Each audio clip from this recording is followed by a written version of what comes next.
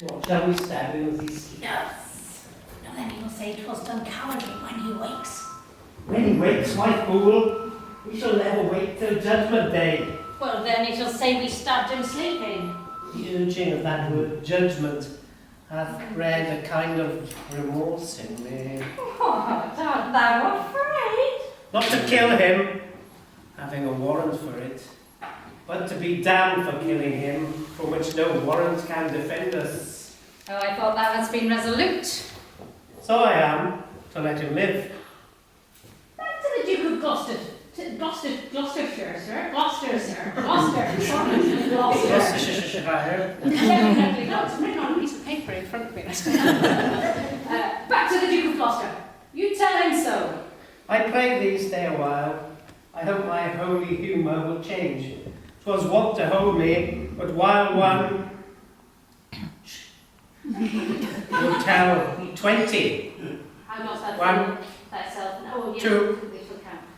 We shall count to 20. 1, 3, 2, Edward, 4, 3, 6, 3 of the 9. 20. That'll do.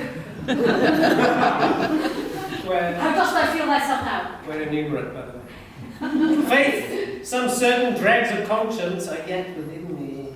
Remember our reward when the deed is done. Zounds, he dies. I've forgotten the reward. Where is thy conscience now? In the Duke of Gloucester's purse.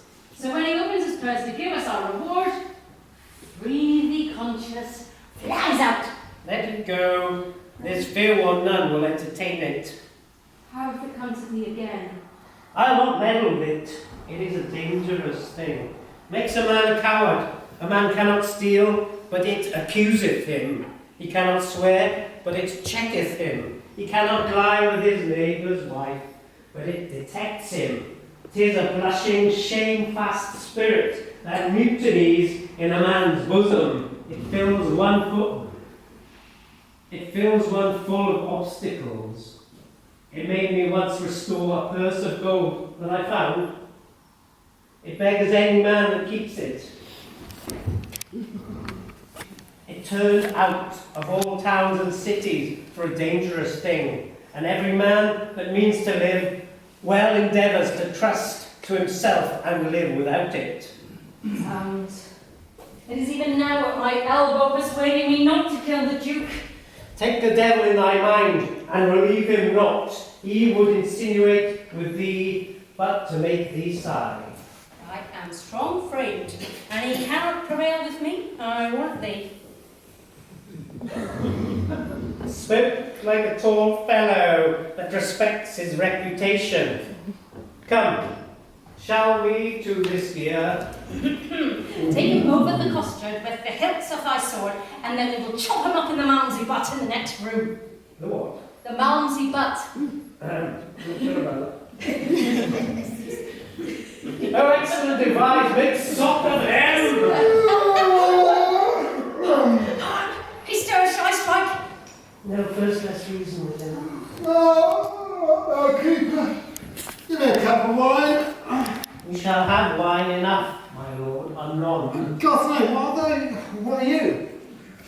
A man, as you are, Not as I am royal.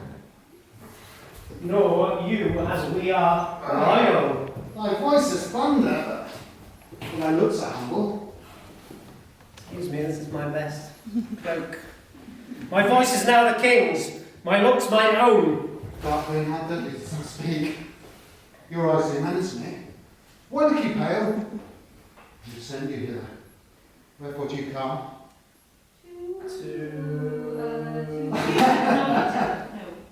To murder me.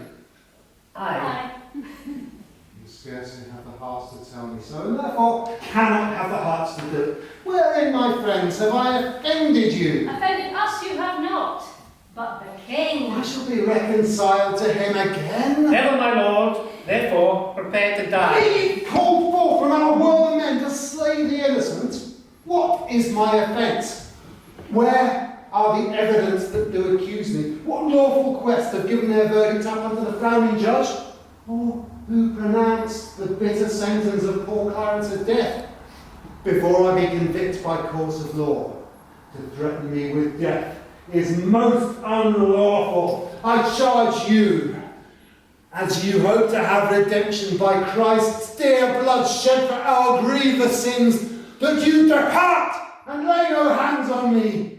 The deed you undertake is damnable. What we will do, we do upon command. And he hath commanded is the king. Erroneous vassal, the great King of Kings, hath in the tables of his law commanded that thou shalt do no murder. And would that then spurn his edict and fulfill a man's? Take heed, for he holds vengeance in his hands to hurl upon their heads that break his law. And that same vengeance doth he hurl on thee. For false swearing, and for murder too. Thou didst receive the holy sacrament, too, in the quarrel of the house of Lancaster. And like a traitor to the name of God, did break that vow, and with thy treacherous blade unbricks the bowl of thy sovereign son. Whom thou wert sworn to cherish and defend. How canst thou urge God's dreadful law to us, where thou hast broke it in so dear degree? Alas, for whose sake did I that ill deed? For Edward, for my brother, for his sake. Why, sir, he sends me not to know me for this. Innocent, he's as deep as I. Oh, if God will be revenged for this deed, oh no, yet he does it publicly. Take not the quarrel from his powerful arm. He needs no indirect nor lawless course to cut off those that have offended him. Who made thee then a bloody minister, when gallant springing brave Plantagenet, the princely novice was struck dead by thee? Oh, my brother's love, the devil, and oh my God, and my rage. That's who. Ah, thy brother's love, our duty and thy fault. Provoke us hither now to slaughter. Oh, if you love my brother, hate on me. I am his brother, and I love him well. If you be hired for me, go back again, and I will send you to my brother Gloucester, who will reward you better for my life than Edward will for tidings of my death. You are deceived, your brother Gloucester hates Oh no, he loves me and he holds me there. Go you to him from me. Aye, so we were. Tell him that when our princely father York blessed us with his victorious arm and charged us from its soul to love each other, he looking forward to this divided friendship, bid Gloucester think of this and he will weep. Thy millstones, as be less than just to weep. No, do not slander him, for he's kind. Oh, right. The snow in harvest, thou deceivest thyself, till he sent us hither, now, to slaughter thee! No, it cannot be. For when I parted from him, he hugged me in his arms and swore with sobs that he would labour my delivery. Why, so he doth. Now he delivers thee from the world's thraldom to the joys of heaven. Make peace with God, for you must die, my lord. That holy feeling in my soul to counsel me to make my peace with God. And art thou yet to thy own soul so blind that thou wilt war with God by murdering me? Oh, sirs, consider. He that set you on to do this deed will hate you for the deed. What shall we do? Relent and save your souls. Relent is cowardly and womanish. No, not to relent is beastly, savage, devilish. Which of you, if you were a prince's son being pent from liberty as I am now, if two such murderers as yourselves came to you, would not entreat for life? My friend, I spy some pity in thy looks. If thine eye be not a flatterer, come thou on my side and entreat for me, as you would beg were you in my distress. I beg it, beggar pities not. Look behind you, Lord! Take that! No! Take that! Oh! And all this will not do. No! Oh, that really hurt.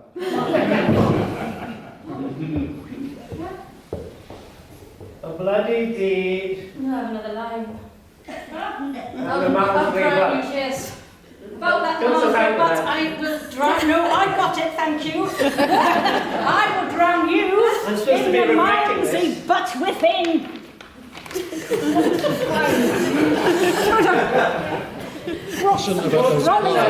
Right along. You're supposed to go and get the Malmsey butt and bring it to you. Could you mind your glass of wine, please? Sorry, there's a glass there. And our moms in particular, sir.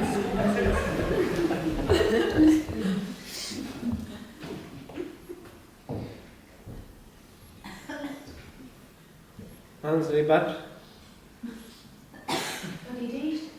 bloody deed. I'm desperately dispatched. How fain, like Pilate, would I wash my hands of this most grievous guilty murder done. Oh no, what meanst thou that thou helpest me not? By heavens, the Duke shall know how slack thou art. I would he knew that I had saved his brother. Take thou the fee and tell him what I say, for I repent me that the Duke is slain.